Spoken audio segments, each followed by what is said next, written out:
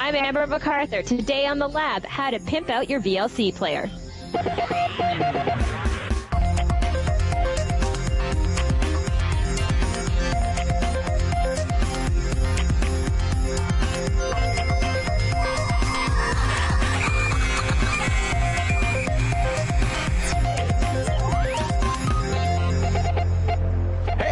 Good to see you and welcome to The Lab. I'm Leo Laporte. This is the show where we explain how technology works. We help you understand it. We help you buy it. We help you configure it. Get the most out of it. Ladies and gentlemen, she's dressed in black. Are you in mourning? Never. Kate Abraham. Nothing but cheerful. Slimming? Chipper. Slimming. You don't need to be slimmed. My God, she's gorgeous. Ladies and gentlemen, a fabulous show for you. Not only Kate Abraham, but also Cash Sablock. He's going to talk about gadgets that power our world. Power gadgets. Okay. They're all lined up there. You know, UPSs, APCs, all this kind of stuff. Every acronym possible. Every basically. possible acronym. Amber MacArthur, we call her AMAC. AMAC. She's here. She's going to show you 3 new media players for Windows. Okay. You don't have to use Windows Media Player. We've got some really cool ones, and they're all free. 3 free. Of course, we will have a free file of the day with Mr. Ryan Ewell. Will Noel will show us how to build a web server. You're going to have a tip, but the most important part of the show is... the coolers. You better believe it. So let's get our first one on. Fantastic. We're going to London, Ontario, and we have Ahmed. Ahmed, welcome to show 168. Thank you, Kate. How are you today? Good. How you doing? Great. What can I do for you? Yes. About back in September, I purchased a laptop, Acer 3680. Yep. When I first got it, I got the Vista Home Basic. Right. Well, when I upgraded to the Vista Home Premium, my webcam stopped working. Oh, you're kidding. You know, it worked in Basic, but it didn't work in Vista Premium? Yes.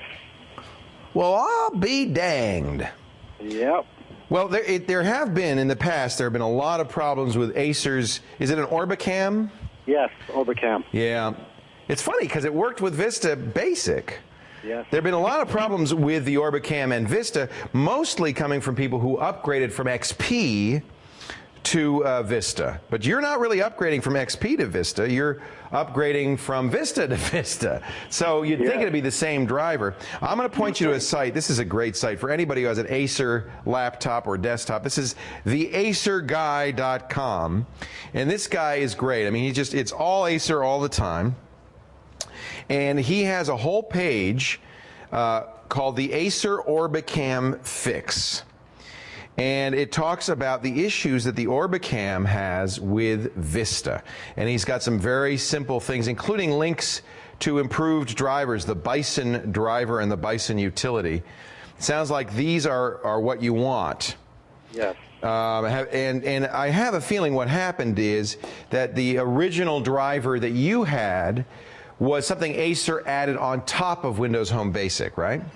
And then you upgrade to Premium, and what Vista does is throws out all the old drivers and says, I've got your driver right here, but that's not the right driver. So what you need to do is say, no, Vista, that's not the right driver. Here's a driver. And you could download these from the Acer site. So I would give you the link, but it's a long link. It's support.acer-euro.com/drivers/notebook/ it goes on and on and on. But he has a number of other fixes. In fact, there's been a lot of talk back and forth on this site. Vista is kind of notorious for not working well with webcams. So that's where I'm going to point you, because there's no one simple fix for this, but it is a known problem with Vista. The other thing you could do is you could go in and you could remove all the webcam drivers, find all of the Orbicam drivers, take them out, and reboot and hope that Vista can kind of give you the right drivers. Have you tried doing that? No, actually I haven't tried, but that's a good idea. I'm going to try doing that. Yeah, that's one thing. You might actually have the right driver on there, but Vista got confused or decided to use this one.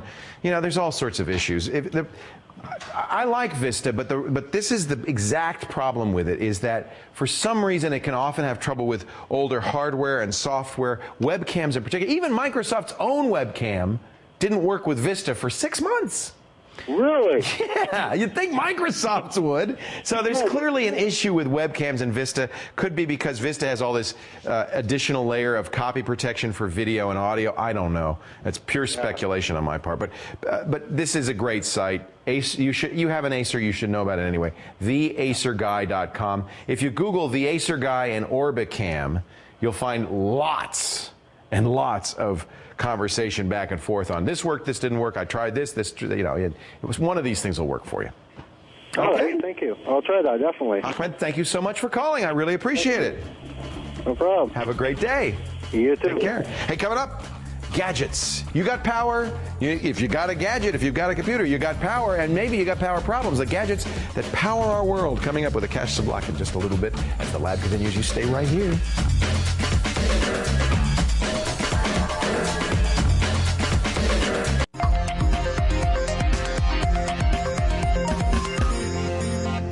Welcome back to the lab. Akash Sablok is here. He's a technology journalist, a gadget hound, a proud new papa. How old's your baby now? He's 3.5 months. Oh, yeah. That's so great. Yeah. It's so fun.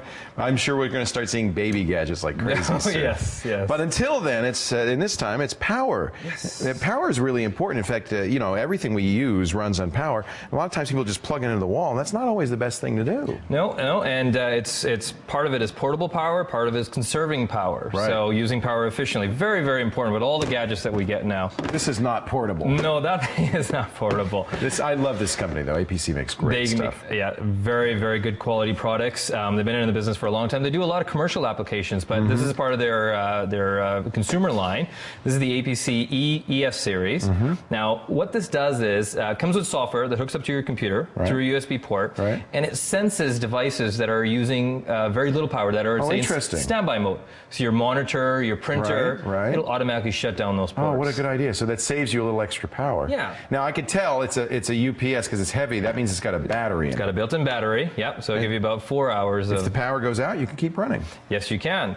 I use these actually. I have a very big, heavy industrial APC UPS so that if the power goes out, I can still do my radio show for 3 hours. It's very important. But these are getting smaller, more compact. This is great, and some nice new features. Yes, and that feature is really good. I mean, think about it. Your computer goes down in sleep mode, but you don't shut your monitor off. Right. And this will do that for you. Right. And then I presume when I turn the computer back on, it's smart enough to say, "Oh, yes, time to wake up." Right away. Wake up. And the battery is user replaceable, so after a few years, the battery goes. And you should check those regularly because they do wear out, even if you don't ever use them, just sitting there. But the nice thing is, it's very simple to pop it out and put a new one in. I've done that many times with my APCs. It's about $120. Very good It gives price. you inputs for your cable vision as well, for your cable wire, and telephone surge protection for those as well. People don't realize you ought to get surge protections on these. Lightning can come right in through those, and that's bad news.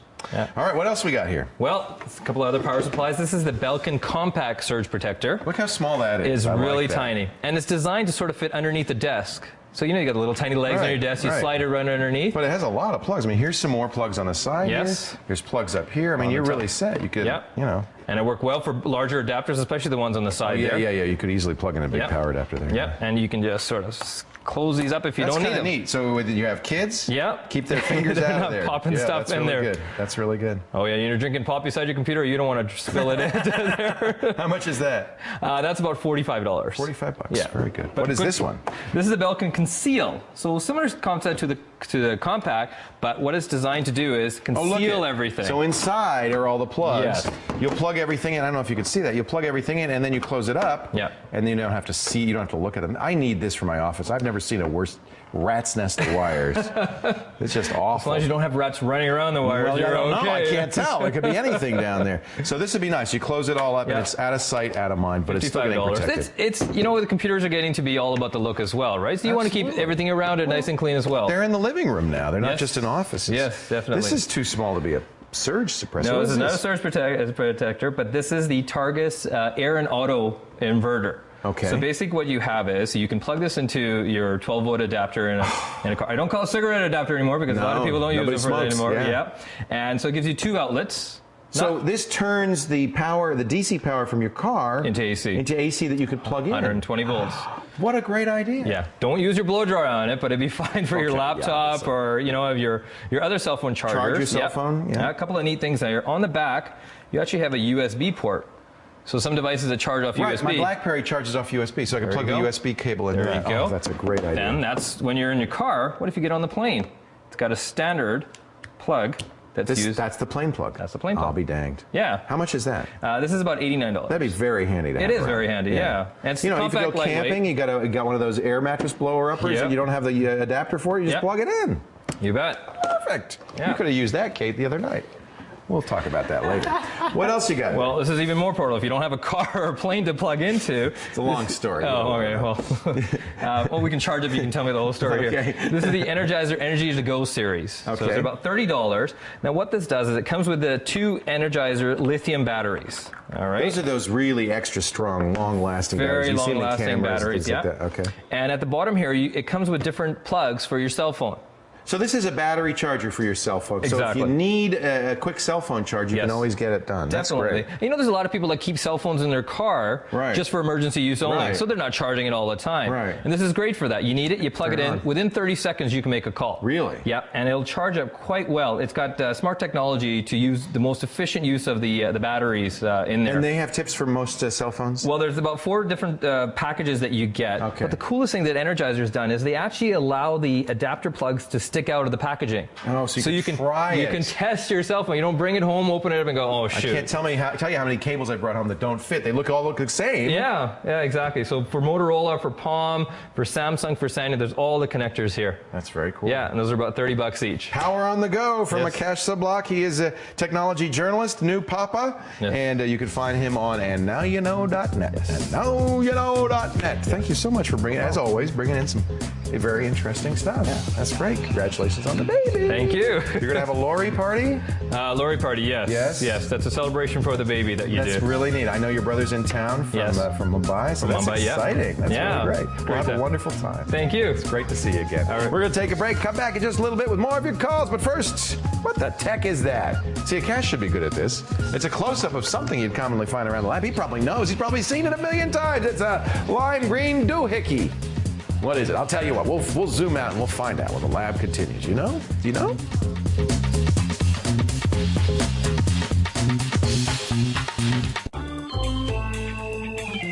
Welcome back to the lab. Before the break, we showed you this uptight close-up of something. Let's zoom out and find out what it is, because I don't know. Days ago display. Oh, yeah, you talked about that, Sean. That tells you how long that mayonnaise has been in the fridge. That mayonnaise looks like it's been in the fridge a long time. How long? 28 days, in fact. 28 days. I'd throw it out. Not that, you!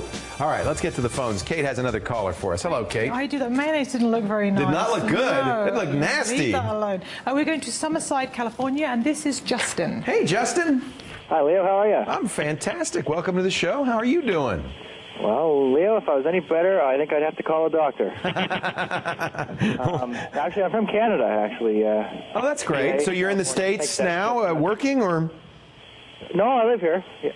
Well, wait a minute. She said, where are you calling from? He submitted East Coast, California. Edward Island. Oh, okay. PEI. Yeah. All right. Right on. We got Amber MacArthur, another PEIer, coming up a little bit later on. Oh, wow. So what can I do for you? Well, Leo, I have an old not old, but I have a 56K data fax modem in my machine. It's pretty old. Come on. Yeah, It's not brand new. So I'm wondering, before I toss it out, or send faxes back and forth to my friends or whatever, I'm wondering, are there any practical uses for this thing, like with respect to maybe like a caller ID software? Sure. There's a lot of caller ID software out there. Well, I shouldn't say a lot. It's funny because there are not that many voice modems out anymore, right? I mean, that's kind of older technology that was very popular for a while. It still works. It answers the phone if you turn it into that mode and all that stuff. Oh, yeah, it's great. It came with, did it not, software that would do voicemail and things like that, I would presume, yeah? Yeah, it came with faxing software. Okay. I'm not sure about vocal. Let me show you. This is actually probably a good site for you to know about. It's called voicecallcentral.com. And they have a number of different programs that will take advantage of that U.S. Robotics voice modem. These are modems that are particularly designed not just as a regular modem, not merely as a regular modem, but they can also answer the phone, take voice calls with the proper software. You can do voicemail. This is the program you want. Now, the good news is you could try it for 30 days before you buy it. So it's not expensive. I think it's $30 or $40. So it's very inexpensive. It's the Advanced Call Center program. I'm pretty sure it works with the U.S. Robotics voice modem. That was probably the dominant product in this category. And it will take calls. It will keep track of who calls. It'll even take, they can leave voicemail on your computer. Basically, it turns your computer into a super duper very fancy answering machine. Is that what you wanted to do? Yeah, I think so. Yeah, just anything, just a practical use for it. Yeah, look, see what happens? You just get incoming call. It says who it is, the phone number. You can answer it, drop it, hold it. You can record it. I mean, this does it all for you. It's kind of neat. Wow. Okay. Yeah, and it's not expensive at all. I mean, it's very inexpensive. Runs on Vista as well as XP. Okay. Which is good news. It means it's up to date. It's been keeping track of it. It'll do the caller ID as long as your phone company supports it, obviously. Yeah. Has a built-in address book, answering machine. You can call in and get your messages. It has voice announce, so it'll say out loud, you've got a call from Richard. I mean, this is very sophisticated. Okay, great. VoiceCallCentral.com. I was actually surprised to find out this still is around, because voice modems aren't really still around. I mean, you'd be hard-pressed to buy one.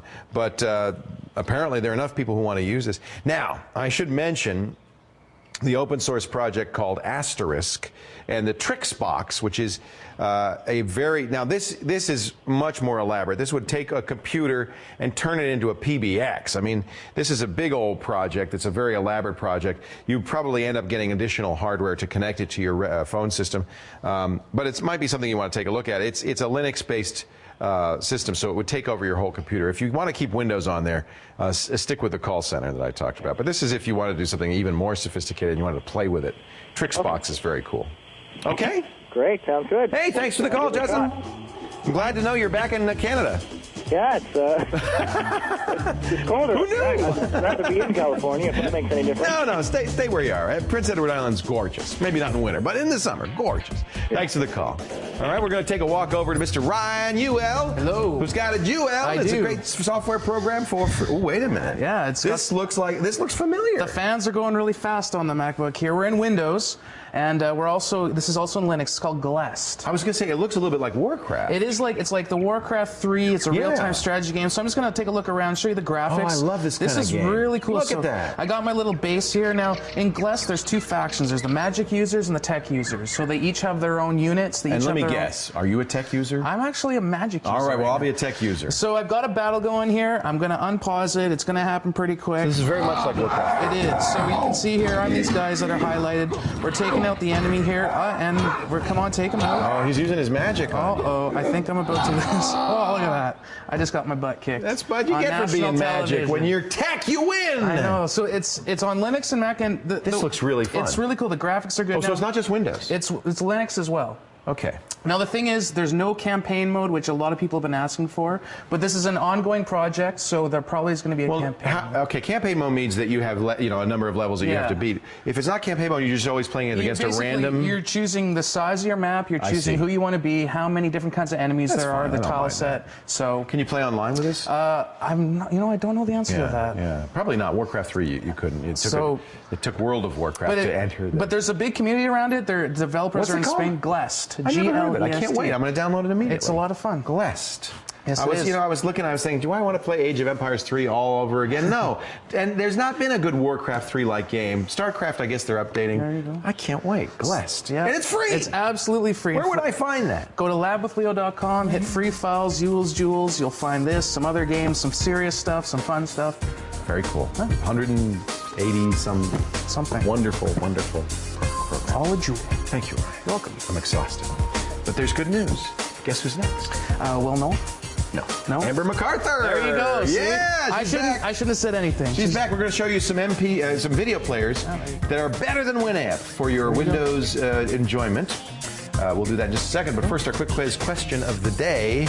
On the website YouTube, what format do they use for embedding videos? Is it AVI, QuickTime, Flash, or they just do that page flip thing very quickly and smoothly? I think that's what it is, isn't it? I'm not sure. Think about it. We'll talk about it when the lab continues. You stay here.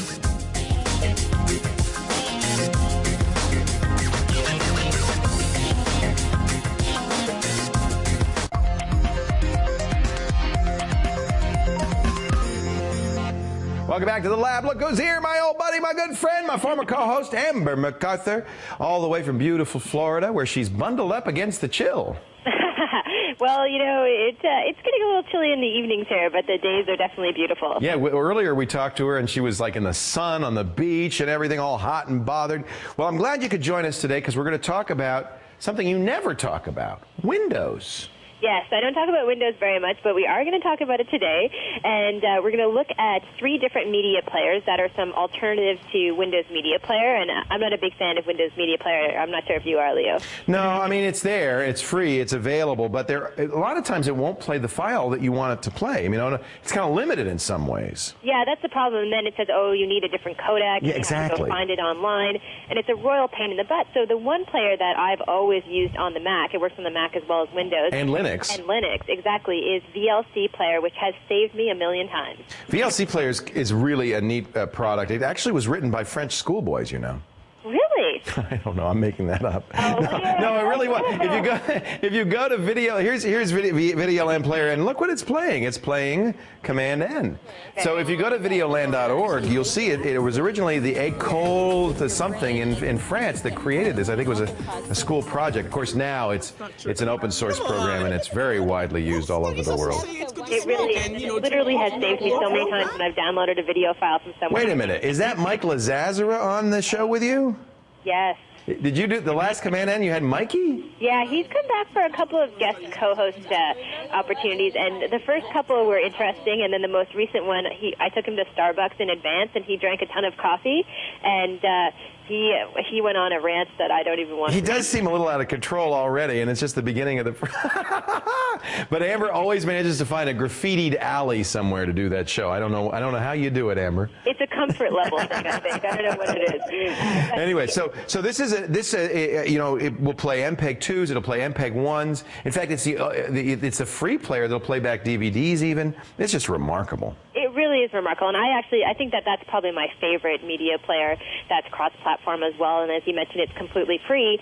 And I was doing a little research on a site called DownloadSquad.com, which has always been a favorite site of mine for free downloads, and I came across this other media player called Cantaris Media Player, and it said this is sort of like a version above VLC, so it's almost like pimping out your VLC player. It's beautiful. So this is based on VLC. It is based on VLC, and what it does, though, which is a little different than VLC, it also plays audio files, a bunch of different audio files, and so it's a little more advanced, but it still does the same video side as far as playing different types of videos and not having to worry about codecs. And the one thing that they said on Download Squad is that this makes VLC pretty, because there's all these neat visualization tools within the player that actually allow you to have cool kind of visualization and different sort of themes for the player. This feels a lot more like QuickTime on the Macintosh. It's even got trailers and so forth. It's playing music from Last FM, and look, it's got visualizations. I mean, this is free? It's completely free. It came out in the fall, and I read a great article about it. It was actually created by a kid his name is Chris, from Sweden. Of course, Amber loves Sweden. He loves Sweden, and he created it by himself. He runs his own media company, and he lived in the States for a while, but is now back in Sweden.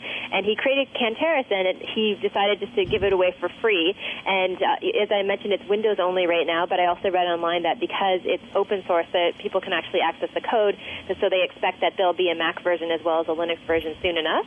That's neat. He did a really slick job. I would say this is the best Last FM player I've ever seen. I mean, it's got the playlist here. It's got the visualizations. I mean, this is really nicely. It even has the album art and stuff. I mean, it's really nicely done. That's the thing that I find, too, is that, what happens is that, the best media player from 1 year ago, it's not necessarily that good anymore because so many of these software companies integrate tools like Last.fm, like Cantaris did, that you really almost want to look at, hey, what's out there. I mean, VLC has lasted for quite a while, and it's been great. It's kind of a funky user interface, though. Yes, it is a funky, and it's not all that user friendly. I think it doesn't have any appeal to it. It's a very standard kind of thing. You go in, you play your videos, and you leave. You don't really want to leave it on your screen and have it as your first and foremost video player. But what I love about Cantaris is the video and audio side of it, as well as it just looks really good, and it's just very user friendly. Well, let me show you something, because I have a video player, too, that I just recently found out about. Paul Thurrott, who does our Windows Weekly podcast on twit.tv, told me about this player. It's called the GOM, G-O-M player. I think it comes from China. You can go to the Chinese site, gomplayer.cn. Right now, gomplayer.com is down, but I'm sure it'll come back. Now, I'm installing, and look at all the configuration modes. The normal mode is fine if you don't have a fast PC, but if you have a fast PC, you can configure it for high-quality displays, which lets you choose DirectX 9, high-quality quality subtitles. I can choose the aspect ratio, how many audio channels, and even do 5.1 or SPDIF. This is a free player. These are the kinds of files it will automatically play. The file associations, the default font size. I'm blind. I want to set it up for the big size. I can also make it a high priority, which will help with choppy images. This is just the configuration. Let's launch the GOM player right now. You can see it's a beautiful user interface. I have to say I'm very impressed. Let's play Command N and see how it does with Command N. What do you say? I'll close the GOM player, and there it is. There is, and I'll go full screen on this. Well, I guess it won't let me go full screen but there is Command N. So this is another player that looks very good, has many codecs built into it, so it's going to have that same capability of playing back files you've never heard of or can't figure out how to play, even if Mike Lazazara is on it.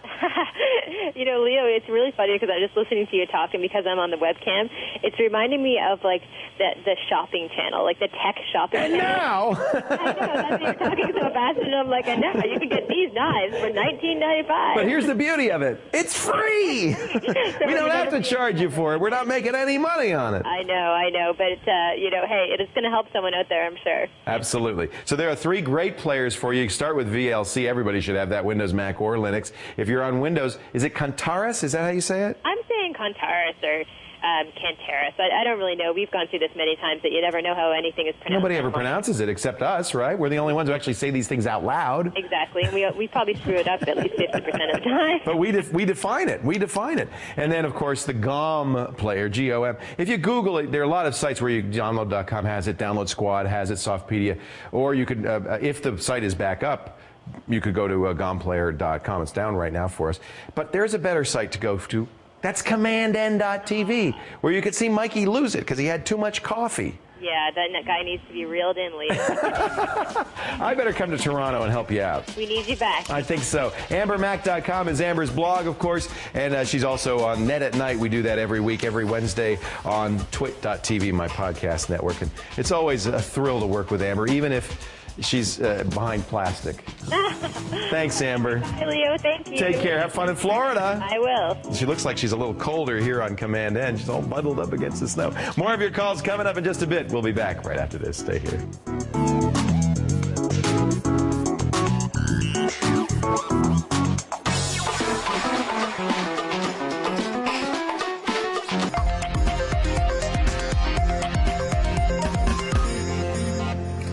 Hi, welcome back to The Lab with Leo. I'm Kate Abraham, and now it's time for my tip of the day. Now, tell me, foreign films, should they be dubbed or subtitled? What about the best ever quarterback? Who would it be? Should you cry at work? Is that acceptable?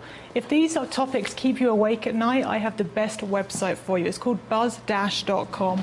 It's basically opinion polls. So what you can do is they're selected into different topics. So, for instance, movies. And what I can do is read the question, and if I agree with the opinions, I can then just select what I agree with, click on that. And then from there, I have voted onto the BuzzBite. And the great thing is you can actually even create your own. So if I wanted to create a sports question, for instance, I could create my own survey. This is really fun. That's really neat. It's a complete waste of time, but it's one of those things, you know, a little bug of information gets in your mind, and you're like, oh, what is it? Buzz. By the way, subtitled Joe Montana only if they spank me. Really? Just so you know. I will bear the crime. What's the name of that? It's called buzz-.com. Buzz-.com. Yes. Very cool. You create your own polls and, and public opinion surveys. Information. I like it. Joe Montana, now, though. Speaking of mindless, I'm ready to answer another call.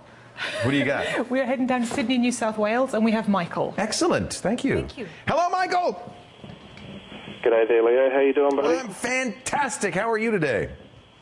Can't complain, mate. What can I do to help you? I'm pretty green when it comes to computers, so I really enjoy watching your show and seeing how much there is actually to learn. Yeah, well, that's what we're here for. We really want to help you. I believe in technology. I love what it can do. I think it's really fun and interesting and valuable, and you're exactly the kind of person I want to watch because I want to help you get involved in all of this. Yeah, it's absolutely awesome, Leo. Great. I really thank you for your time. My pleasure. The purpose of my call, Leo, is just in relation to one of these old iBooks. Ah, look at that. There's a memory. Yeah. That's the original edition, right? Yeah, I love it. 99, I think, it came out. Anyway, it's running OS X at the moment, and it's still running really well. However, I just got a brand new iMac, and it's got lots of stuff on there I'd like to put across to my new PC, such as photos, music, etc. At the moment, I'm using an SD card and an SD reader, and it's just a little bit slow. I was wondering if you had any other options. Let me ask you a couple of questions. I can't remember. Now, these original iMacs have a FireWire port? I wouldn't have a clue. I'll just have a look. So look on the side where the USB port is. There'll be one that doesn't look like USB. It'll have a different logo on it. It actually has these. It's a dot with radiating. It almost looks like the nuclear logo, radiating little side things. It'll have the port itself is square on one end and rounded on the other. I have a feeling it doesn't. You know, I can go to lowendmac.com and we can find out. We can do a search of the different Mac profiles, and I'll tell you. So let's go here to iBooks, and let's see. It was the very first iBook, wasn't it? Let's go way back in time to the G3 clamshell. I'm pretty sure. Now, okay, this is where the confusion is. The first ones did not have FireWire, but later ones did. So that's the problem, is I can't tell if yours doesn't. See, they made an iBook FireWire shortly after they made the original. They realized their mistake. If it has FireWire, I'll tell you a quick way to find out. Reboot your machine, restart it, right? And on restarting, show them this with your laptop, Sean. Show them Sean's keyboard. When you restart, I want you to press and hold the T key on the restart.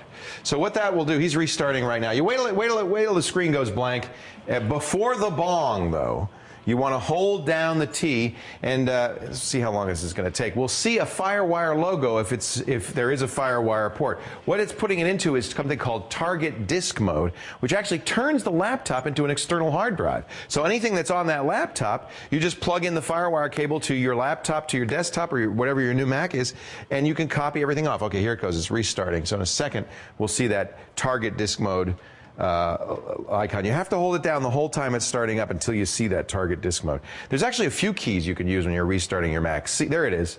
That's the FireWire logo I was telling you about. It's got a circle with kind of radiating spokes, 3 radiating spokes, 1 solid, 2 dashed. Now, if you don't have that FireWire logo, the next best thing, and it might be something you should do anyway, is buy an external hard drive. These are really good for backup, not very expensive. You get a USB external hard drive. It might cost you $80 for 160 gigabytes, probably less. And then what you'll do is you copy everything to the external hard drive. It's very fast. You bring it over to the new computer, you copy it over, but you're not done. Now you have a backup device. And that's why everybody should probably have an external USB hard drive. It makes it so easy to back up. So that's another way to go. If you have the FireWire cable and the FireWire port on your computer, it's a very simple thing. Just hold down the T key on reboot. If you don't, I'd suggest an external drive, okay? I'll be going the external drive, Leo. I really appreciate that. Yeah, I think it's the best. You should have one anyway. It's a great way to back up. Rightio then. Hey, thanks so much for watching the show and your very kind words. I really appreciate it. Thank you very much, Leo. All Take the best. care. Did you see Sean sneak out? He went around here, he went over here, and he came over here. Whoa. You used to be over there. Thank you for helping us out with the demonstration. It's time for Sean's Shinies, and this one looks like It's an invisible watch, Leo. Invisible watch. Wow, that's amazing. Actually, what is it really? I'm wearing the watch itself. So this is just a second armband? Right. So this is the Mio Motiva. Not the same as the company that does GPSs. It's a different one, the Mio Watch company. Okay. And what this is it's a trainer, basically. So if you want to keep track of your calories and your exercising. Will and it also track your heart rate and all that? It will. So it's got 2 prongs here, and you just hold down here, and it'll say test. And you hold it down until it measures your heart rate, and cool. it says I am at 106 beats per minute. That's because we made you ran around. That's because I've been running around. So that's a really cool watch. How much is that? It's $100. It's not really cheap. It's just a little thick. To other watches. Although you say it's more compact than some, right? It's more compact than some other ones. You don't need the chest strap, obviously, for this. And you can track all of your intake and outlay for calories. What's the negative? A lot of button pushing. That's all 3 of the points here. So, I mean, you have to enter all of your meals manually. Just beep, beep, beep, beep, beep, beep. That's kind of annoying. Enter your weight, beep, beep, beep, beep. Every time you want to measure your heart rate, you hold down. It's just... Everything you do involves button pushing, so it's not automated. It's also, I mean, I have to say, you look a little dorky with a big watch like that. Yeah, it is a bit dorky. Is that style? What do you think that's styling? What do you think, Kate? Styling or dorky? What do you think? I would say big dorky factor. Okay. That's the big negative. All right, now, we want to take a call now, or we want to take a break and come back? Let's take another call. You have another one for us? I do indeed. We got time. I love it when we get time for another call. We have Al on the line from Winnipeg, Manitoba. Good day, Al. How are you today? Hey, how you doing, Leo? I'm great. Long time no see. What? Long time no see? I still don't see. What can I do for you today? Okay, what it was is I was on a website online, and I was looking at Windows Vista Ultimate. Okay. They listed 4 different versions of it. I'm sorry, I shouldn't laugh. Well, the first one was a 32-bit DSP OEM. Yeah. The second was a 64-bit Right. DSP OEM. Yeah. The third one they listed was an upgrade DVD. Right. And then there was one I guess you can classify as a full version. Right. And they all had different prices. Right. One was $229, or one was $243. I'm going to tell you a secret. Okay. I shouldn't tell you this. My friend Paul Thurrott. Here's the deal with Windows Vista. First of all, there are actually 7 different versions. There's Windows Vista Basic, Windows Vista Home Basic, Windows Vista Home Premium, Windows Vista Business Basic, Vista Premium. There's Windows and then all of those are in 32 and 64-bit. Stick with the 32-bit. There's no real advantage to the 64-bit, and it can cause compatibility issues with drivers and software. So, Vista's bad enough with compatibility. Why make it worse? Stick with the 32-bit. Now, here's the key. And a lot of people don't understand this. In the old days of Windows, you could buy the upgrade if you had an earlier version of Windows, right? So let's say you're going to Windows XP from Windows 98. You could erase, have a blank hard drive, you put in the Windows install disk, XP install disk, and then at some point it would say, okay, I don't see Windows 98 on here, show me the disk. You'd put the 98 disk in, pull it out, and you'd be done. Vista, they changed it. You can't do that anymore.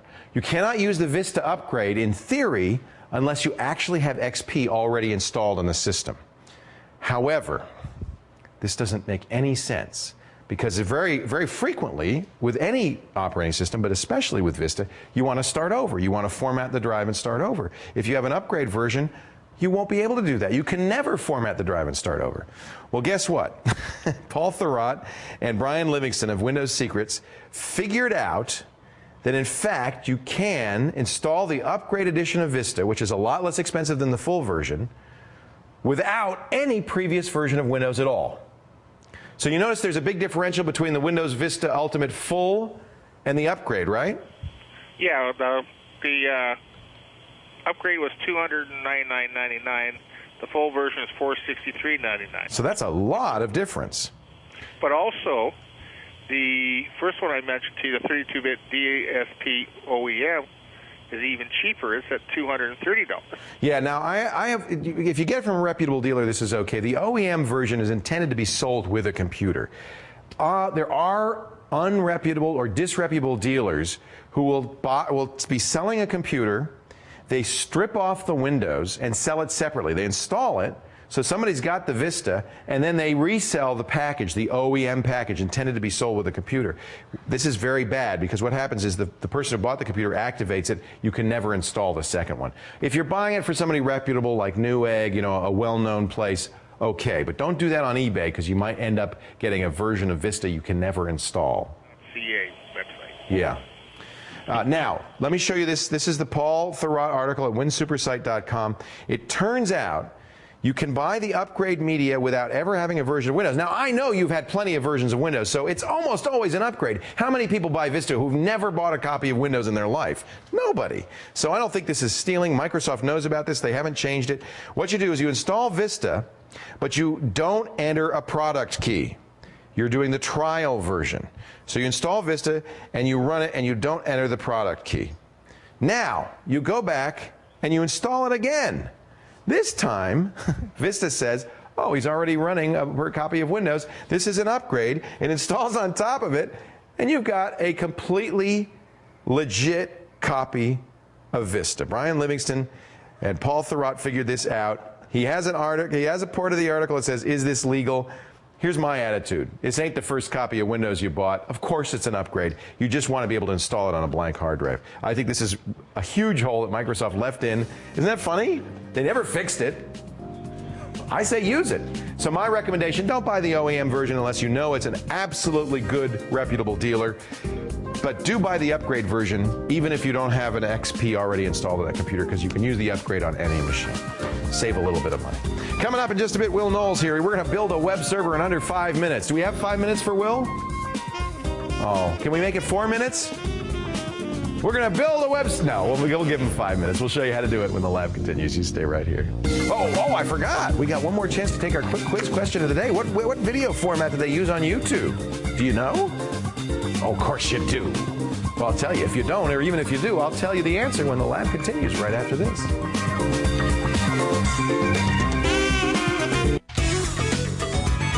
Welcome back to the lab. Before the break, we asked you what format YouTube uses for its video. And I think it really popularized Flash video, one of the first to use it. And it's so easy because every computer's got Flash. Even Linux has Flash built into it usually. So it's a simple thing. Everybody can use it. I like Flash video. Will Knowles is here. He's a security analyst at checkmate.org, a well-known security expert from Calgary. And he's here to show us a little Unix, man, a little Unix. Hey, Will, good to have you back. Good, thanks to have me back. We gave you a challenge. We said, can you build a web server in under 5 minutes? Yes, but you didn't specify if I had to build the underlying operating system in 5 minutes first. So you're going to start with an existing OS. Yeah, as long as you've got it installed, then you can turn on the web server in about 12 seconds. Now, whether or not you want to do that, that's not going to be secure, it's not going to be tweaked or anything like that. So you might want to change the configurations a little bit. But this is a good way just to expose to people just some of the underlying commands that you would use to get up and running. Now, you're going to use OpenBSD as opposed to, let's say, Linux, which is another kind of flavor of open source. OpenBSD is what runs on OS 10. In fact, OS 10 comes with Apache, the web server, built in. Yes, we're going to be using Apache. And Apache isn't the only open source web server that you can use. There are numerous ones out there. Light HTTP or a whole bunch of others. I can't remember names Tomcat. right now. No, there's tons of them. They go on and on and on. But Apache is running probably most of the web. Between Apache and Microsoft's IIS, everything is running one or the other. And OpenBSD is actually, I believe the head developer lives in Calgary, Theo Durat. Oh, that's neat. So kind of, I didn't know that. Good. Calgary, so I'm bringing it in. So here's OpenBSD. A little props to our homeboy there. Yeah. All right. So show us what we're going to do here to turn on the web server. Well, the screen that we're looking at right now, this is where things get a little scary. You're in the terminal. We're at the terminal. We're at the command line. This is the first screen that you see after you've installed OpenBSD for the first time and added a user. And what we're going to do is we're just going to step through the 3 parts of the web server. Okay. The 3 parts of the web server are, as I'd like to call it, documentation, which OpenBSD is really well known for. Lots of documentation, everything's documented. It doesn't go out the door until it's been written down.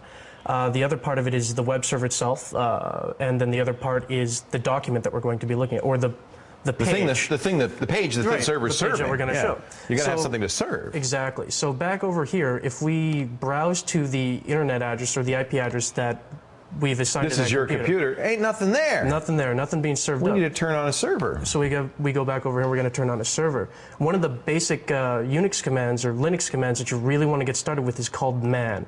Man is manual. It brings up the manual for whatever piece of software you're going to run.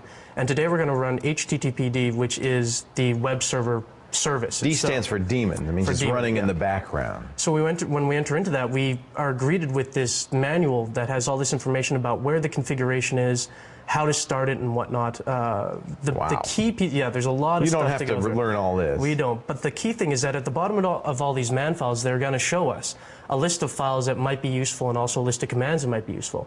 The important piece of information that we're going to pull out of this is that there's a file called httpd.conf, which is the configuration file. That's the key to the whole thing. Caboodle. And then there's also Apache control, which is what we're going to use to turn on and turn off the web server. That's actually kind of a little program, it's a little script. A little script, yeah. Basically. So what we could do if we wanted to is we could take a look at that file by typing in vard. VI is his editor. Correct, yeah.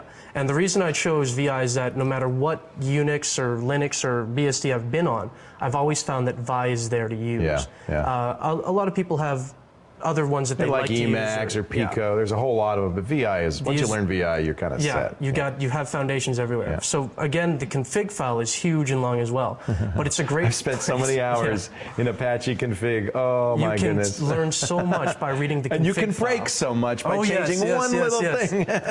So the next command. So by the way, make a copy before you modify it.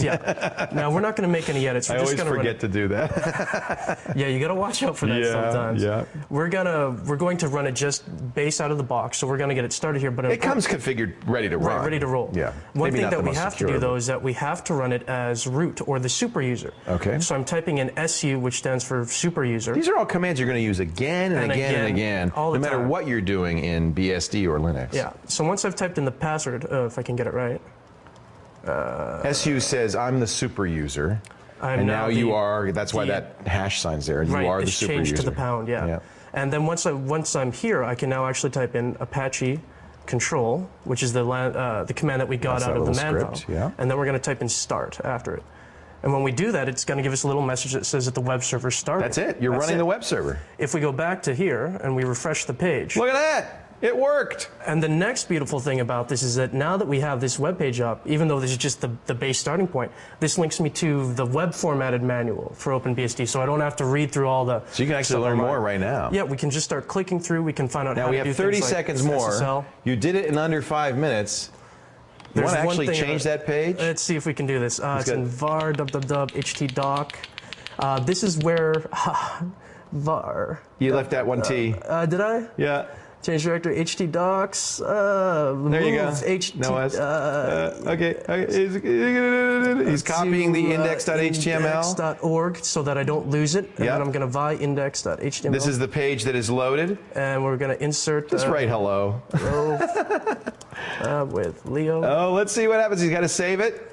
Save it, and then we. Then let's go back to our browser. Refresh. Did it work? Yes, we have a website. There we go.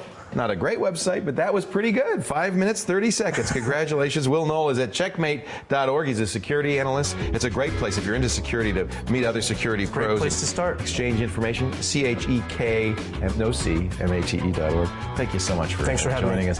This is a wonderful thing to learn and play with, and you're going to spend more time, I'm sure, if you ever do a web server in that. Oh, Believe you me. A final word coming up right after this. Stay there.